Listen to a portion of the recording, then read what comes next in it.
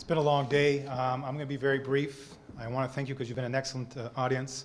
I've just read there that we're, if we compare to the 1996-2000 period, I think it was 246 weeks of that bear market lasted, and now we're at 240 weeks. So it just shows you that it's been a long time, and it's not that evident, but I think we have to realize that we're probably very near the bottom. My call is that we're going to go through till Christmas, probably the tax season loss, and so there's going to be pressure, downwards pressure on stocks.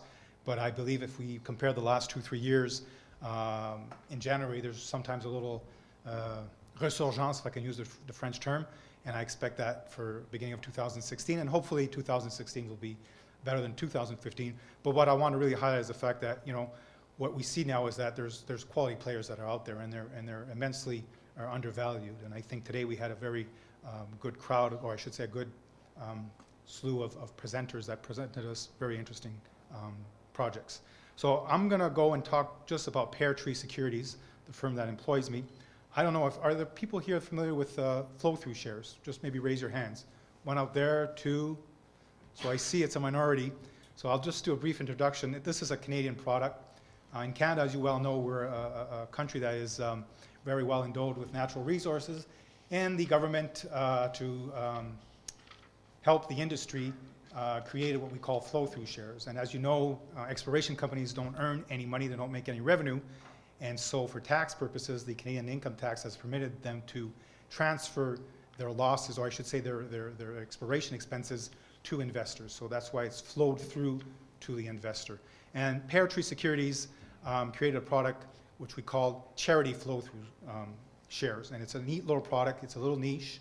And it's one I think that in this sort of market where companies are raising money and at low share prices are actually diluting considerably. And it's not good for the long term for their shareholders. And so this is a product that for exploration companies is quite interesting.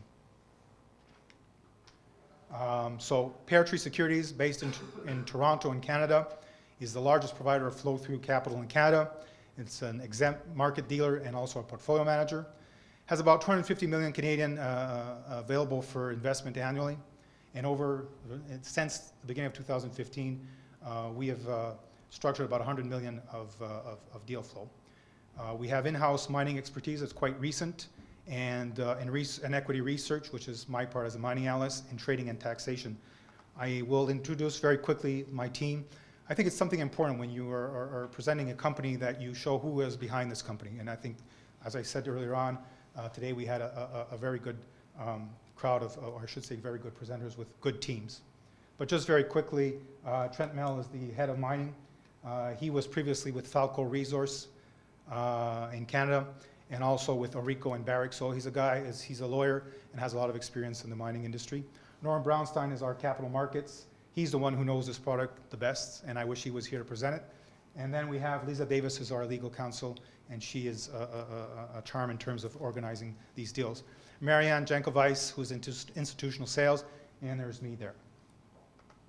So we've been, these are just a couple of the last 2 years of representative transactions. We had Intergold, George Salamis that presented earlier on, but you can see some names over here that probably are familiar: Caminac, Orica Gold, Seabridge, IM Gold, Platinum, Falco, as I just mentioned, and there's one Virginia Mines that now is a Cisco royalty. So how does this work actually? Well, we leverage two Canadian incentives, the one that I just mentioned about flow through, and the art of giving, the charity.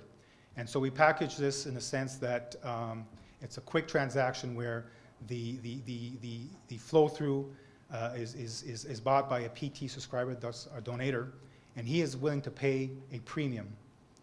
And on the other side, there's a discount to the potential end buyer. And this is why I'm addressing to you as potential end buyers, the portfolio managers, because this is a Canadian product, but can be used for the end buyers. It can be international because it's stripped of its fiscal advantage. And as you well know, being overseas, you don't need the Canadian fiscal advantage, so it makes no sense for you folks. Here's a practical example. I have a company here that's going to raise 10 million, or I should say $10 million at $1. So they're going to put out 10 million shares.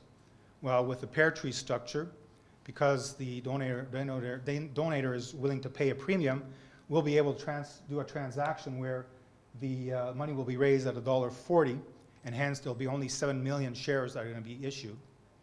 And the structure is that the end buyer will buy at potentially at a discount, but what's important to note is that the issuer will get a sizable premium. I'm just going to get into more little details in terms of what is accepted, but these are terms that will have an influence in terms of the premium or the discount that we can offer. There's Canadian exploration expenditures. There's super flow through, and that's selective provinces. And as we will see, there's some provinces effectively that have a better taxation regime that makes it more advantageous. And there's also Canadian development expenditures. And this is something that in this sort of market is starting to be more and more developed as the mining companies or the producers realize that these are interesting mechanisms to finance. And we also deal with the oil and gas. I was talking about these parameters or these ratios. We actually should call them delta. But effectively, the province of Quebec is the one that has the most advantages, and we can go up to 1.6. The CDE, the Canadian Development Expenditures, are 1.13, less attractive. But for oil and gas, it's something that's interesting because, as we all know, the oil and gas now has been going down. And when things were going very well, they just didn't need them. Well, I shouldn't say they didn't need the money, but money was there. Bankers were willing to offer them. And in this sort of market, well, the CDE becomes an attractive product. These are a few examples that have been done. And what I really want to highlight, for example, is one Virginia Mines, which was done back in February 2014, where the stock was trading about $12, $13, but they were able to raise money at a sizable premium at $24. And obviously, this has an impact in their capital structure. And Mr. André Gaumont, who was the CEO of Virginia, always made it as one of his calling cards or his strength about he was very cognizant about minimizing shareholder dilution. And as an exploration company, when you have low shares, obviously if you make a discovery, we call it leverage to discovery. And so Virginia was a case in point example of a very good success. Unfortunately, the Quebec government changed its policies, and we went from 1.9 to 1.6 in terms of delta, so it's less attractive today as it was in the past, but it just shows you the leverage that you can have with this sort of product. So just in summary, the Peartree format enhances the deal structure through deal economics.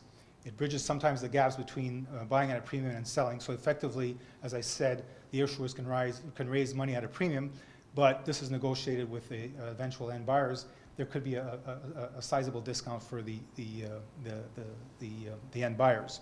So like as I said earlier on, this is suitable for not only Canadian strategic investors, but also global strategic investors. So basically, it reduces the downward market selling pressure that is typically associated through flow-through. So I just wanted to thank you, and I see some people who are nodding. It's been a long day. I hope everybody had enjoyed these presentations. I would really want to thank Manu Bali for organizing this. I hope everybody had an interesting time. We're able to learn some things. And as we say in French, à la prochaine. I think we can also thank Eric because he's a smooth, terrific moderator. Well, I'm not a politician, so I'm not very good. I'm more of a technical guy. I prefer to be on the field, looking at rocks, understanding what's going on. So this is sort of all relatively new for me to come up and talk to people, investors, wise people, intelligent people. But having said that, yes, I appreciate. I think it's good in this sort of bear market to be able to come and continue to talk about our industry. I know we've had a bad rap. One thing I want to highlight is I really truly believe that our industry had a very bad reputation of overpromising and under-delivering. And hopefully in this coming bull market, which I expect, as I said, in the coming months, I might be wrong. I've been saying that for the last 2 years. But I just hope that we learn from our past mistakes and really learn not to overpromise. And with those wise words, I want to thank also Claude, Eric Maillard as being the keynote speakers, because I think they really gave interesting insight. And again, I just want to thank you as the audience for attending this. Merci beaucoup.